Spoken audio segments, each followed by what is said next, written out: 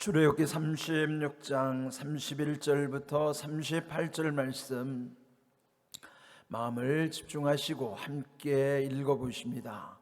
그가 또 조각목으로 띠를 만들었으니 곧 성막 이쪽 널판을 위하여 5개요 성막 저쪽 널판을 위하여 5개요 성막 뒤 곧 서쪽 널판을 위하여 5개며 그 중간 띠를 만들되 널판 중간 이 끝에서 저 끝에 미치게 하였으며 그 널판들을 금으로 싸고 그 널판에 띠를 꿰 금고리를 만들고 그 띠도 금으로 쌌더라. 그가 또 청색 자색 공색 실과 가늘게 꼰 배실로 휘장을 짜고 그 위에 그룹들을 정교하게 수놓고 조각목으로 4기둥으로 만들어 금으로 쌌으며 그 갈고리는 금으로 기둥의 4받침은 은으로 부어 만들었으며 청색 자색 홍색 실과 가늘게 꼰 배실로 수놓아 장막문을 위하여 휘장을 만들고 휘장문에 기둥 5과 그 갈고리를 만들고 기둥머리와 그 가름대를 금으로 쌌으며 그 5받침은 노시였더라. 아멘. 어제 이 출애굽기 그 후반부의 구조에 대해서 먼저 말씀을 드렸죠. 좀 다시 한번 강조한다면 이 앞에서 25장부터 31장 그 부분에서 이미 하나님께서는 어떻게 그 성막을 제작해야 될 것인가에 대한 설계도 식양에 관해서 다 말씀해 주신 것이죠. 이제 그래서 이 본문이 포함된 이 35장부터 39장까지는 그 하나님이 주신 설계도에 따라서 그 모든 것을 제작하는 과정이 나오는 것입니다. 그리고 마지막 40장에서는 그 모든 완성된 성막을 이제 하나님께 봉헌하는 그 내용으로 이루어져 있는 것입니다. 이런 흐름을 알고 이 말씀을 묵상하시면 좀 더 이해가 쉽게 될 것입니다. 이제 오늘 읽은 말씀은 그 성막의 외향, 그러니까 외향이라는 것은 어제는 그 골조에 대해서 말씀드렸잖아요. 프레임에 대해서. 그것은 그 조각목, 그것은 광야 어디에서나 쉽게 구할 수 있는 시띠나무, 아카시나무 일종인데 그것이 단단하고 또 가볍기 때문에 그래서 그걸로 이제 그 널빤지 판넬로 이어 붙여 가지고 남쪽과 북쪽 20개 널빤, 그리고 이 서쪽 그 뒤쪽은 6개 널빤에다가 모서리에 하나를 덧대서 8개, 전체 48개의 판넬을 이어 붙여서 그 골조를 이렇게 만드는 것이죠. 그 가운데 여기 오늘 읽은 31절 38절에 보면은 그를 이어붙인 다음에 그것을 이제 묶어서 견고하게 하려면 그 띠를 대야 되잖아요. 이렇게 이제 전체 이어서 붙인 것을 하나의 줄로 쫙 묶어야 된다 이 말이에요. 다 묶어야 되는데 그 말씀이 오늘 31절에 보면은 그 띠를 만드는 것도 조각목, 그 아카시나무, 시띠나무로 그 띠를 벨트죠, 벨트. 그러니까 우리도 이제 이 혁대 벨트를 묶어야 이렇게 딱 안정감이 있는 것처럼 그 판넬을 다 덧대더라도 그 바깥에다가 띠로 벨트를 묶는 거야, 이렇게. 그 벨트를, 그런데 그거와 똑같은 재질로 조각목으로 그 벨트 띠를 만들어서 이렇게 견고하게 두르는 거죠. 이렇게 두르고 뒤에도 두르고 이쪽도 두르고. 그런데 거기 보면 각각 그 널판을 위해 5개의 띠를 띠는 거예요. 띠를. 그렇게 해서 이쪽 저쪽에도, 그리고 이쪽 서쪽에도, 그 다음에 그 띠를 연결시키려면은 각 판넬들마다 고리를 만들어야 될 거 같지 않겠어요? 고리에다가 다 꿰야 되니까. 그래서 그 고리를 꿰는 상태 속에다가 이 띠 벨트를 묶는 거예요. 이렇게 묶어서 하는 것이죠. 그래서 이제 34절 보면은 그 널판들, 그래서 조각목으로 이 만드는 나무에다가 그냥 두지 않고 거기다가 금을 입히는 거예요. 도금하는 것이죠. 근데 나무지만 겉으로 보면은 금으로 빛나는 거예요. 그래서 금으로 입힌 것, 그 띠도 역시 금으로 다 입히는 것입니다. 그러니까 얼마나 화려해 보이겠어요. 나무는 별것 아닌데 금을 입혀 놓으니까 그 자체가 아주 금으로 빛나는 거예요. 그렇게 외양을 입혀 주신 거예요. 이것도 영적 의미가 있죠. 우리 조각목 같은 존재인데 예수님 자체가 금같이 귀한 분이 우리를 주님 안으로 부르신 것은 우리를 주님 안에 있게 하신 것은 겉으로 주님이 우리를 금과 같이 빛나게 해주시는 거예요. 그러니까 보배로 우리를 둘러주신 그 주님의 은혜를 상징하는 표현이기도 하죠. 이제 그렇게 외양을 다 만든 다음에 그 앞전에 우리가 본 것은 이미 거기에 이제 덮개를 입히는 것이죠. 그 네 겹으로 덮개를 입힌 상황이고, 그 다음에 읽은 35절 36절에는 이 안으로 들어왔을 때 성소와 이 지성소 사이에 뭐가 있어요?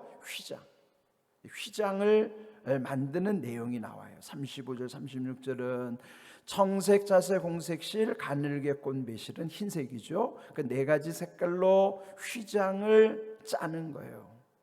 그거를 이제 직조하는 것이죠. 직조 짜서 그다음에 정교하게 거기다 수를 놓는 건데 그룹 천사들의 수를 놓고, 그다음에 그 휘장을 치려면은 또 여기에도 기둥을 세워야 될 거 아니에요.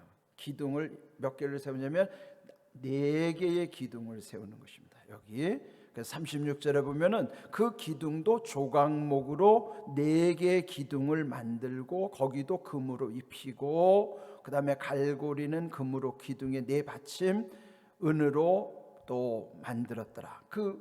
이 안에 들어왔을 때에 여러분 앉아 있는 성소와 제가 서 있는 이 지성소를 구분하는 휘장을 치기 전에 먼저 기둥 4개를 세우는 거예요. 조각목으로 기둥 4개를 세우는데 거기도 다 금을 입히죠. 그리고 밑에 지지할 수 있도록 그 받침은 뭘로 만드는가? 은으로 만들라. 그런 거예요. 36절 보면 은으로 부어 만들었으며, 그 다음 37절 38절은요, 이제 저기 성소에 들어오기 전에 또 하나의 문이 있어야 될 거 아니겠어요? 그죠? 그 성소에 들어오기 전에 그 문, 동쪽에서 내는 그 문에도 휘장을 치는 거예요. 이 지성소에 치는 휘장과 저 처음에 입구에서 들어오는 그 휘장은 좀 다르죠. 이 안에는 그룹 천사들을 수놓았지만은 저 바깥에는 그룹 천사들을 수놓지는 않았어요. 거기 37절 그러나 똑같이 청색, 자색, 홍색실, 가늘게 꼰 배실로 수를 놓아서 장막문, 그 처음 들어오는 문이 장막문이죠. 거기에 휘장을 치는 거예요. 거기도. 근데 여기 지성소 앞에는 기둥을 몇 개 세웠다고 그랬어요? 4개 세웠죠. 그런데 저기 바깥에서 들어오는 데는 5개의 기둥을 세우는 거예요. 5개의 기둥. 38절 그 휘장문에 기둥 5, 갈고리를 만들고 기둥무려 가름대를 금으로 쌓지만은 그 밑에 받침은 뭐로 만드는 거예요? 노스로 만든 거예요. 이 안에의 받침은 은 받침이었는데 저 바깥에는 놋 받침으로 만들어 놓는 것이에요. 노스라고 말하면 흔히 우리는 구리라고 생각하고, 이제 여기 쓰여진 재료를 보면 금을 입히기도 하고 밑에 은 받침을 대기도 하고 저기 밖에 놋 받침을 대기도 하고, 그러면 여기에 쓰이는 재료가 뭐예요? 금과 은과 놋은 동이라고 하는 금은동. 예? 금은동 하면 뭐 생각나요? 메달 생각나죠. 금메달, 은메달, 동메달. 그러니까 되게 우리가 보면 그런 뭐라면 이제 가치를 이렇게 나누고 차별할 때, 그래서 우리 보면요, 무슨 대회에 나가면 반드시 금메달에 너무 집착하다 보니까 또 은메달, 동메달에 대해서는 별로 가치를 두지 않으려고 그래요. 그게 참 묘한 게 이렇게 4강에 올라가잖아요. 그 4강에 들은 것만 해도 이거 엄청나게 대단한 거예요. 4명 안에 들어온다는 것이. 그런데 여러분, 사실은 이 4명 안에 들어온 거는 엄밀히 말하면 실력 차이는 거의 없는데 그날의 분위기에 따라서 누가 실수하고 안 하느냐의 차이에 따라서 정해지는 것이지 실력의 차이는 사실 없다고 봐요. 없는 거예요, 사실은. 그래, 그날 조금만 실수하면 떨어지는 거죠. 그래서 이 4강에 들어오는 것 자체가 귀한데, 보통 우리 보면요, 이제 거기서 이제 처음에 결승까지 올라간 두 팀은 이긴 사람 금메달, 지면 은메달. 그런데 이 밑에 준결승에 이 밑에서 결혼한 사람 3, 4위전을 하는 사람은 이긴 사람은 동메달, 진 사람 4등은 메달이 없어요. 자, 그러면 보세요. 금메달, 은메달, 동메달 중에서 보면 금메달 따는 사람하고 은메달 딴 사람은 당연히 비교할 수 없을 정도로 금메달 딴 사람이 훨씬 기쁘겠죠. 근데 문제는 은메달하고 동메달은 어떤 게 더 좋아요? 은메달이 좋죠. 그런데 기쁨은 동메달을 딴 사람이 훨씬 기뻐요. 왜 그런지 아세요? 3, 4위전에서 올라가가지고 지면 메달이 없는데 이겨가지고 동메달이라도 땄어요. 기쁜 거예요. 그런데 결승 올라가지고 금메달 못 딴 은메달은 자기를 되게 초라하게 여기고 불행하게 여기고, 나 금메달도 못 땄어. 아니, 금메달은 은메달보다도 좋은 건데, 동메달보다도 좋은 건데, 은메달은 동메달보다도 좋은 건데, 동메달 딴 사람은 행복해하는데 은메달 딴 사람은 불행해요. 이게 우리의 욕심이라고. 사실 참 웃기는 거예요, 이게. 왜? 비교를 자기의 그 라이벌하고 비교하다 보니까 자기가 초라한 거예요. 비교하는 인생, 그래서 불행한 거예요. 열등감을 느끼는 거예요. 여러분, 우리 인생에 정말 이게 힘든 게 뭐냐면 자꾸 옆에 있는 사람하고 비교하는 거예요. 제발 비교하지 마세요. 여러분, 비교 대상이 아니에요. 하나님 보실 때는 여러분 자체가 존귀한 사람들이지, 여러분 누구랑 비교해서 하나님이 여러분을 귀하게 여기는 게 아닙니다. 근데 우리는 자꾸 비교하는 거예요. 집안에서도 보면은 자기 남편을 남의 남편하고 왜 비교합니까? 자기 아내를 왜 남의 아내하고 왜 비교합니까? 자기 자식들을 남의 자식들하고 왜 비교합니까? 비교 대상이 아닌데. 근데 우리는 자꾸 비교를 하니까 불행한 거예요. 누가 불행해요? 자기가 불행한 거지. 네? 비교 안 하면 불행할 필요가 없어요. 그냥 좋아요. 네? 1등은 1등대로 좋고 2등은 2등대로, 3등은 3등대로, 아니면 내 존재 자체만으로도 귀한 것이지. 네? 왜 비교합니까? 그런데 우리 스스로가 자꾸 비교해가지고, 그래서 스스로 불행해지고, 그러면 행복하지 않은 거예요. 비교하지 말아보세요. 얼마나 행복한지 몰라요. 저는 우리 가족 있는 존재 자체로 감사하고 너무 귀해요. 그러니까 아이들 보는 자체로 귀하는 거예요. 그 너무너무 소중한 거예요. 그러니까 여러분, 비교하지 마세요. 그러니까 여기 그러면은 금과 은과 동을 하나님이 이게 차별해서 쓰시는 게 아니에요. 거기 필요하기 때문에 금이 필요한 곳에 금을 쓰시고, 은이 필요한 곳에 은을 쓰시고, 동이 필요한 곳에 동을 쓰시는 것이지, 가치를 나누는 게 아니에요. 차별하는 게 아니에요. 그래, 우리도 하나님 앞에는 다 귀한 존재니까 절대 비교하지 마세요. 금은 금의 필요가 있기 때문이고, 은은 은의 필요가 있는 거, 동은 동의 필요가 있는 거예요. 뭐가 더 귀하고 덜 귀하느냐? 그것은 디모데후서 2장 20절에 보면요, 바울도 그 말씀이에요. 디모데후서 2장 20절에 보면 큰 집에는 금그릇도 있고 은그릇도 있지만은 나무그릇도 있고 질그릇도 있다. 그래서 이 4가지 그릇을 비유했지만 그것이 어떤 거는 귀하게 쓰이기도 하고 천하게 쓰이기도 한다.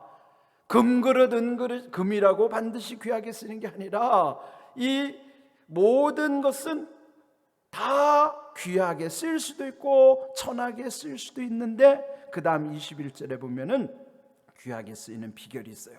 자기를 깨끗하게 하면, 누구든지 자기를 깨끗게 하면 귀하게 쓰는 그릇이 될 뿐만 아니라 거룩하게 될 것이고 주인의 쓰심에 합당하게 될 것이고 모든 선한 일에 준비함이 되리라. 그렇게 말씀하시는 거예요. 내가 지금 어떤 형편에 있고 금, 은, 동 이걸로 차별하지 말고 하나님이 쓰시기를 원하는 것은 깨끗한 사람을 쓰시기를 원하는 거예요. 깨끗한 사람을, 정결한 사람을. 그래서 여러분, 우리는 이런 하나님의 은혜 가운데 나도 그렇지만 남도 그래서 차별할 필요가 없어요. 다 귀한 거예요. 교회 안에서뿐만 아니라 세상에서도 차별받을 인생이 없어요. 인생 그 자체는 하나님의 형상으로 지음받았기 때문에 다 존귀한 자예요. 그래서 귀하게 여겨야 됩니다. 다 귀한 거예요. 제발 짐승 귀하게 여기지 말고 사람 좀 귀하게 여기십시오. 요즘 보면요, 개팔자 상팔자라고 사람보다도 더 대접받고 살아요. 얼마 전에 저 일산 호수공원 운동을 하고 있는데요, 저녁녘에 되니까 아니 뭐 유모차들이 막 이렇게 해서 난 애기들을 데리고 왔는데 다 개를 유모차에다가 끌고 젊은 댁들이, 젊은 처자들이 아니 애를 데리고 다녀야 될 젊은 사람들이, 젊은 여자분들이 다 강아지를 유모차에다 끌고 그 호수공원을 강아지, 아니 개를 훈련시키려면 좀 걸어서 훈련을 시키든지, 자기는 운동하는데 개는 운동도 안 시키고 유모차에다가 다 끌고 개를 데리고 나오더라고요. 난 충격을 받았어요. 처음에는 다 애기들을 데리고 왔는 줄 알았어요. 보니까 다 강아지들을 담아갖고 끌고 오고 있더라고요. 왜 이렇게 됐는가 이 세상이 도대체. 언제부터 우리나라가 그렇게 개가 대접받는 세상이 됐습니까? 여러분, 사람을 귀하게 여기셔야 돼요. 이게 정말 가슴 아픈 일. 그렇다고 해서 개를 함부로 다루라는 게 아니에요. 제발 좀 사람을 귀하게 여기시라고요. 지금 우리나라가요, 이런 현상은 정말 하나님이 기뻐하시지 않는 현상들이에요. 여러분, 우리가 이거 다시 돌아봐야 돼요. 금은동에 대한 가치를 하나님은 우리의 그릇대로 깨끗한 사람은 그가 나무 그릇, 질 그릇이더라도 하나님은 귀하게 쓰신다는 거예요. 우리가 이 말씀을 깊이 새기시자고요. 우리가 관심을 둬야 되는 것은 하나님이 쓰시는 그릇 되는 거예요. 그러려면 우리가 정결해야 돼요. 깨끗해야 됩니다. 그래 하나님의 나라를 위해서 준비된 자들로 다 세우시는 거예요. 우리 모두가 이렇게 우리 스스로도 뿐만 아니라 오늘 우리의 교회들도 이렇게 세워지도록 우리가 함께 기도해야 돼요. 이런 놀라운 은혜, 오늘 그래서 제목을 금운동으로 정한 거예요. 오늘 말씀 가운데 여러분 한 분 한 분이 하나님이 얼마나 귀하게 여기시는가를 기억하시고 비교하지 마세요. 다른 사람하고 절대 비교하지 마세요. 여러분 자체로서 하나님은 존귀한 이들이고 소중한 분들이에요. 이런 귀한 은혜 가운데 우리의 모든 삶이 항상 감사의 복된 믿음의 삶 되기를 주님의 이름으로 축복합니다. 아멘.